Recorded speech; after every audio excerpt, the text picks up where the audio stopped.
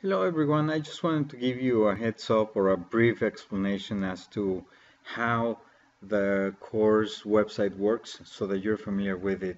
I'm pretty positive most of you won't need this explanation, but if you're like me, you might be thankful that I'm providing this explanation. So it's an iLearn website like any other one, and you probably already have the link and have seen the initial screen of the course. And what I have in there is just a template with entries to the different modules that we're going to be using during the semester. The course I have divided into 4 different modules, and each of the modules will be an independent unit, meaning that when we're done with that unit, we're going to assess your understanding of the unit, your work for the unit, and we're done with that one. And then we move on to the following one, and so forth and so on. So each of the units have different color codes so that it is easy to follow, and each is comprised of 4 modules except for the last one, which is only 3. So it's roughly a module per week, and hopefully this will be a transparent system for you to follow. When you're ready to get started with the module, it's fairly simple. Just simply click on the corresponding image or title, and that'll take you to that screen. So if I click on Unit 1, Module 1, Digital Anthropology, then I will get my screen with the different sections that I'm going to have to be exploring during the semester. In this version that I'm showing to you, there's only 1, 2, and 3 links, and it's because some of the links that I have I'm preparing for you are not still active. But normally what we will be doing is first I'm asking you to first read my sort of introduction, my written introduction to the section. You will find a short description of the section, also recorded by me, very much so like this small recording. I am asking you to carefully screen and try to understand the learning objectives for that module, because that will help you navigate through the module.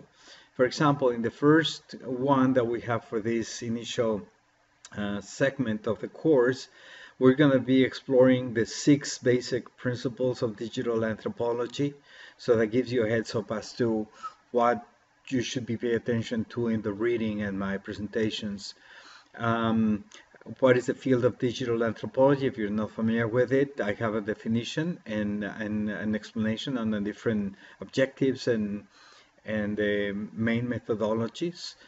Then some definitions I want you to be able to handle and remember and own as yours, such as what's the word digital actually means. We're so familiar with the word, but we're not really altogether, I would think, suspect altogether understanding what that means. The concept of culture that we have explored in other courses, but we're going to explore again, and the very concept of anthropology. Because remember, this is a course that is part of your concentration of anthropology or an elective that requires that you show familiarity with discipline and subdisciplines, and so forth and so on. So each of these elements that I have here in terms of learning objectives will give you a sense of what is it that we're trying to accomplish with the module in terms of attainment of knowledge. We'll have activities, but I'm just talking about conceptually what is it that we're working together to better understand. Then for every module, I'm going to have a lecture prepared for you, and it's going to be posted right here. And the lecture is short recording like this one. I normally don't record more than 20 minutes because that's a killer if I do more than that for you and for me. So it's a short lecture, concise, and I'm trying to give you as much as I can with the lecture. Usually I accompany my lectures with a PowerPoint or a Prezi presentation that you will be able to see as you see me talking and interacting with you. And then after that, we have different exercises. That's where we get interactive, not just with me, but with each other. So you're going to have problem solving exercises. I'm going to be confronting you in the group with questions, and then you have to collaborate to address the questions that I have for you. In some instances, I'm going to constantly ask you during the semester to do explorations. Part of what we're going to be doing in this first segment of the course is to identify an object of research or exploration. So you're going to get to choose a virtual world that you want to become familiar with and share with the rest of us. I'm really looking forward to this interaction and to see what is it that you already know or the things that you will be discovering during the semester, such as so what is Second Life, this whole world of Pokemon that is out there, dating online to buying stuff online and the communities that are formed around all these issues there. We're going to explore psychological issues. When we're in front of a computer, we have a sense that we're in an intimate space, but in reality, these spaces are wide open, maybe more open than us walking in the street, which is interesting, and it's a contradictory sensation and something that we as humans will have to adapt to, and it's very different and unique. So we're going to explore some of those things.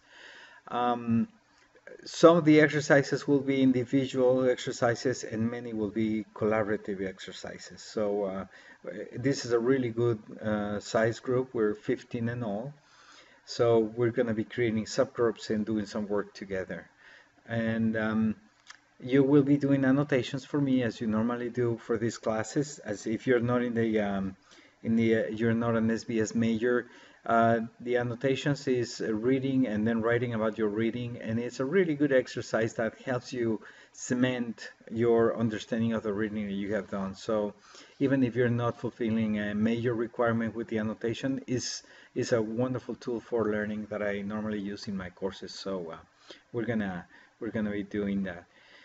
And then there are other elements like the Zoom Virtual Office Hours, which is it connects to Zoom, which is a software that we own on campus, and that will allow me and you to have video conferences, which we can have more than one individual at a time.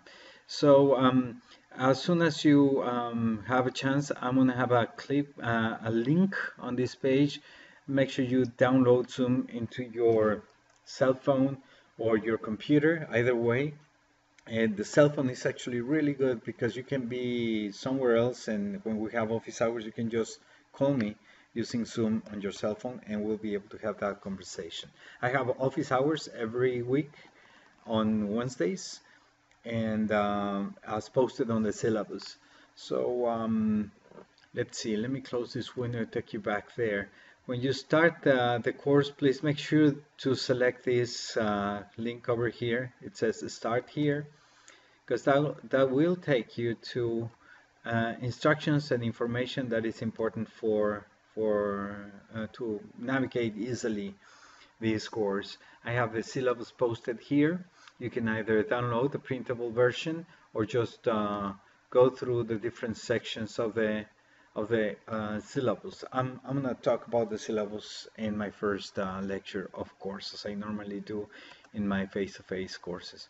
All right, if you have any questions, I have also this handy dandy button here. It's called Ask Your Instructor, and I want you to use that instead of email. If you have a personal issue that I need to know, then by all means use my email account. But normally I'd rather have you asking me questions related to the course using this forum, because that way the answer that I give to you will be useful to the rest of your peers. So I'd rather use this forum for course related questions, certainly not grade related questions, but course related questions. All right, that's it for this brief technical introduction to the course.